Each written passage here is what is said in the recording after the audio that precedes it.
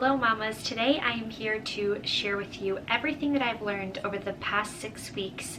I gave birth to my daughter. I thought that everything being a mom would just come to me, and it didn't. There's so many things that I didn't know that nobody told me, but I'm so lucky in this stage of life. I have friends who live around me who have had multiple babies, and you guys, this stuff is like gold. It saved me through the hard days, the hard nights, and I feel like now, even though some things are hard, the majority of things I know what to do. I know how to take care of my baby, and this will be things for your babe and things for you, postpartum, things like that. The first category is feeding. If no one's told you yet or you don't know, you're going to be doing something called cluster feeding. Your baby will do cluster feedings. It's where they just like feed on and off, and it's not like they just sit down and have a big meal and then they're good for a few hours. It's like they kind of want to like hang out on your boob. This is super frustrating, but I will say, don't overfeed your baby. That's something that I was doing in the beginning. I wasn't putting her down for naps, so she was just eating and eating and eating all the time, and I was never getting a break, and I was exhausted.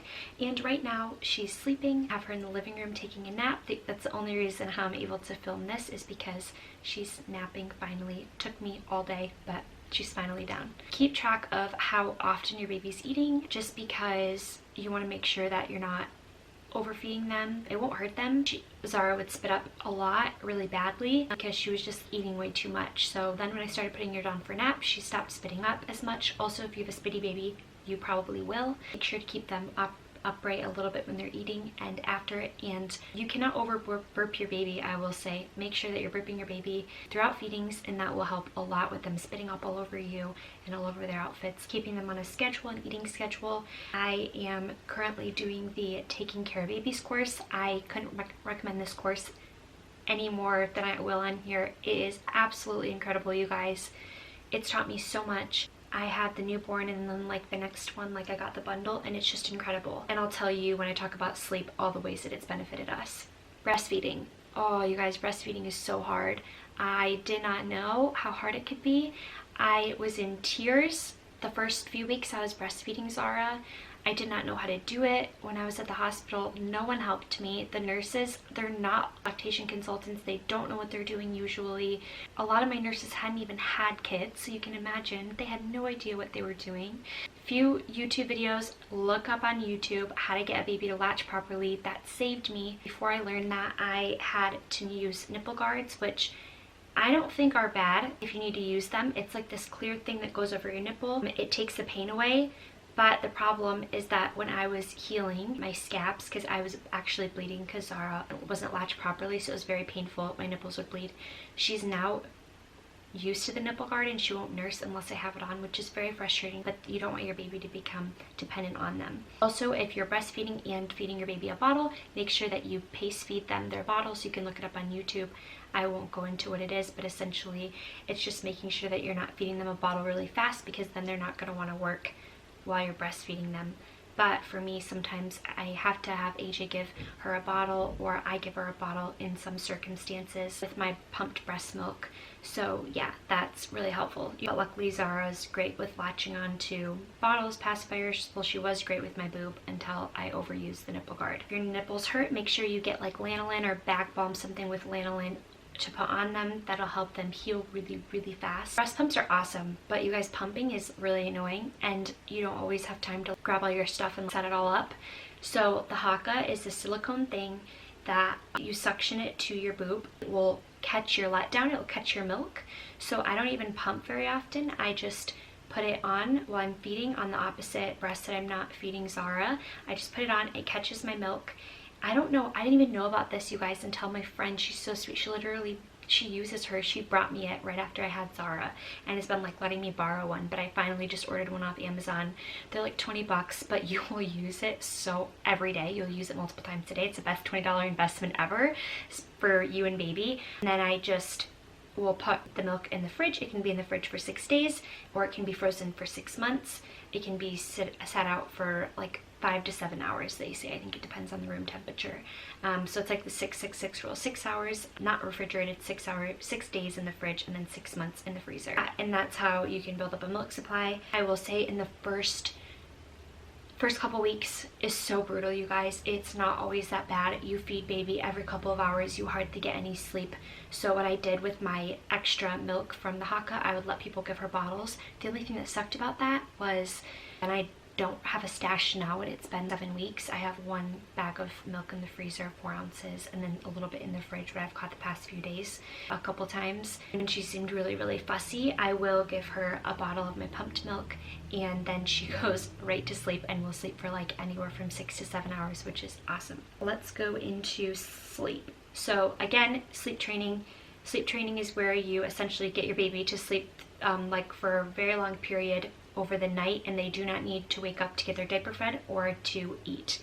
In the beginning, especially if your baby is below birth weight, you're going to want to make sure that you're feeding them every so many hours. The course essentially says, aside from what your doctor says, unless your baby has like something special that they need to grow, like they need to keep eating, mom brain, your baby at 3 weeks should be sleeping for like a 3-hour stretch, 4 weeks a 4-hour stretch, 5 weeks 5-hour stretch, 6 weeks a 6-hour stretch, 7 weeks a 7-hour stretch. Right now, Zara on a good night is anywhere from 6 to 7 hours. She's only done 7.5 hours was when I gave her a 4-ounce bottle right before bed, and she was just out for the whole night. The reason why this is okay is because during the day she's feeding so much that she's still getting in her calories for the day, and she's still growing at the rate that she's supposed to be growing. So I will say that this course is amazing. It's a no cry approach. I know some people do the cry approach. I just like can't bring myself to do that. It's too hard. I can't let her cry in bed for an hour, and maybe I'll let her go 5 minutes. So that is, the course is incredible. And I will say the first 2 weeks, 2 to 3 weeks, nothing worked. The sleep course didn't work. The snoo didn't work. Nothing worked. We had to hold her almost all night long.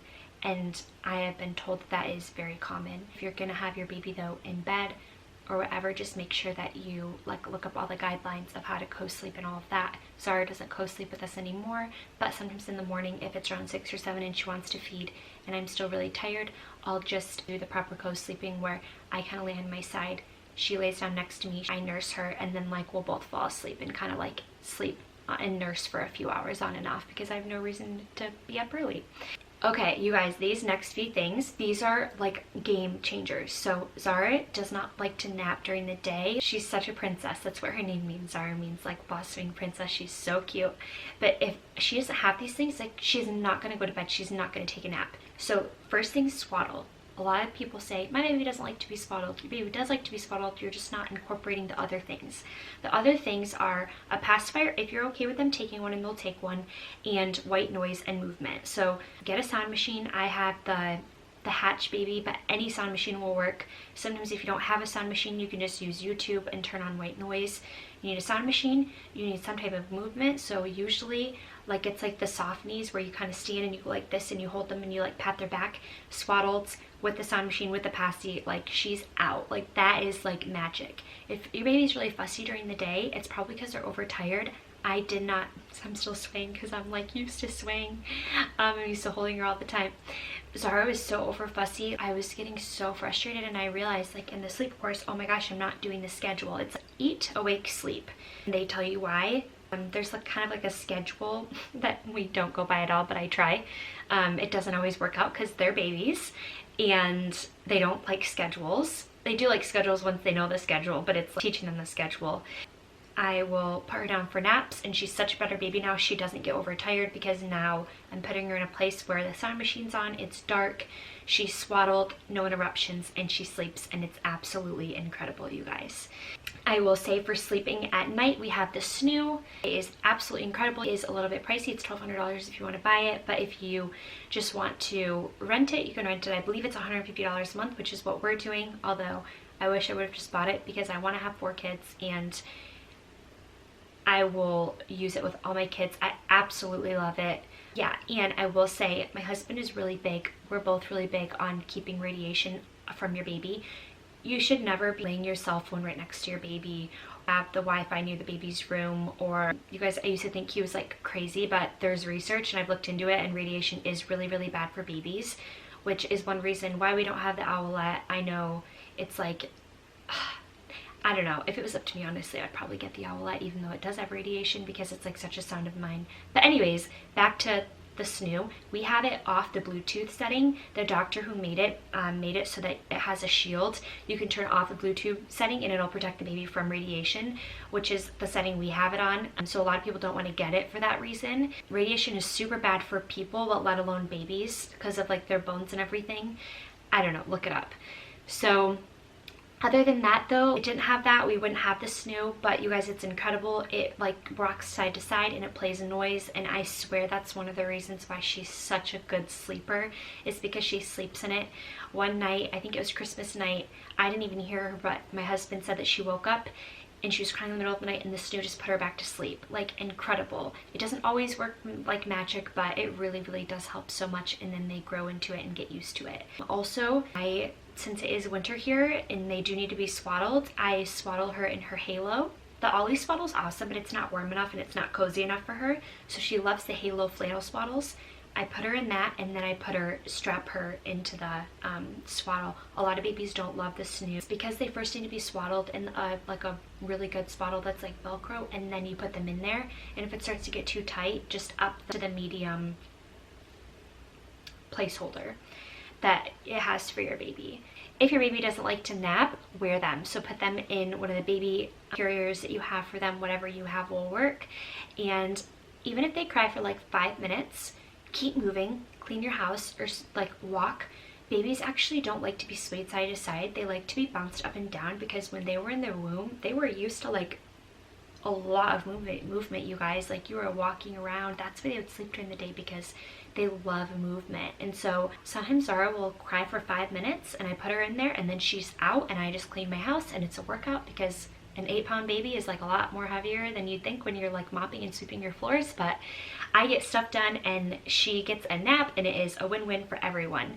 And I have a ring sling that I love. I will say that slings are really complicated in the beginning when you're learning how to use them. I hated them because I wasn't doing them right, and most people say that, so just keep using it a few times, and then all of a sudden one day you'll be like, this is amazing, I love it. Fussy baby. So Zara is an incredible baby, but I will say that there's probably like a week in the beginning when she was born, probably like 2 weeks in, where she started like screaming every night. And a lot of people say, oh, it's just like babies cry at this time, like usually like every night. Sometimes it just happens.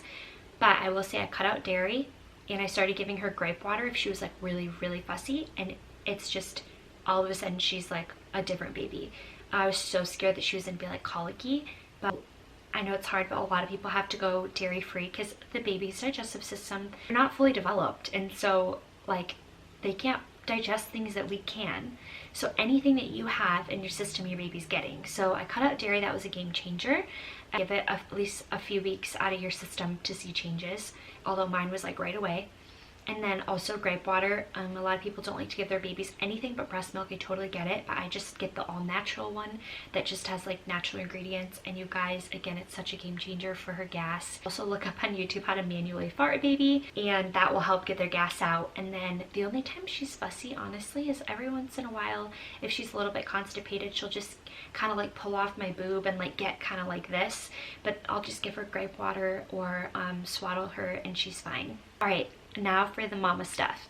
Being a mom is so much harder than you'd ever imagine, and everybody that I know that's had a baby since me, they're just like, I have so much love and respect for my mom. It's literally you're laying your life down for somebody, but that doesn't mean that you don't need you time. So even just when I wake up, I'll have AJ take Zara for like 10-15 minutes so that I can get dressed and make coffee, and he'll change her and get her dressed. I'm really lucky because he works from home, so he's able to do that. If you don't work from home, get somebody to come over like every once in a while, and then just maybe like give you a break. Most people love to hold babies. Obviously make sure they're not sick and they wash their hands and stuff. Or even if it's at night, like sometimes I'll have him hold baby so I can cook dinner. I'd rather cook dinner and have a little break from her and her just like being on me, even though I love her so much.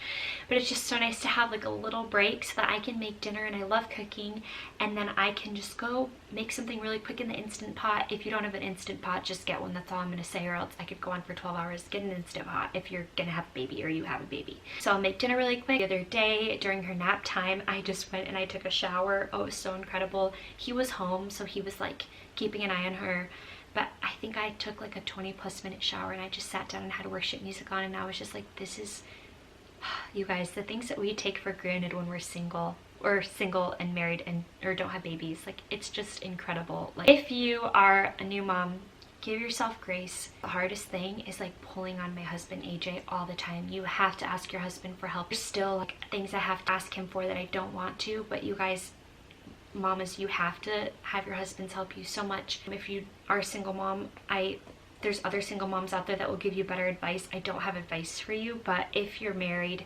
ask your husband for help. You're gonna go crazy if you don't.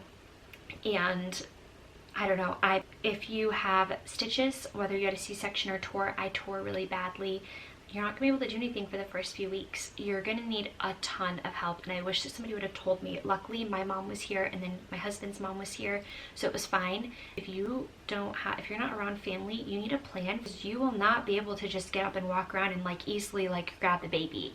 I could hardly move. My stitches were so painful. Have a plan for the first couple weeks if you are torn. Even it was hard for me in the middle of the night to get up and get the baby and get in and out of bed. So like AJ would have to get up and get in and out of bed. That's not forever though. For postpartum care, look up videos, sitz bath, witch hazel pads. There's things that will help your recovery a lot. So many YouTube videos about that. Watching TV and breastfeeding is my full-time job right now. It is the best thing that I can be doing for my baby, and I'm able to breastfeed. I feel so blessed.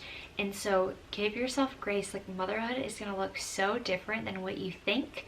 And I am honestly really proud of myself for, I'm a one, I love to get things done, I'm productive, but I'm honestly so proud of myself. I have just kind of let things go, and I've just had to tell my husband, like, hey, I need you to be in charge of doing the kitchen. And he does the kitchen every day. He cleans the kitchen and does the dishes, which is like already a huge weight lifted off my back.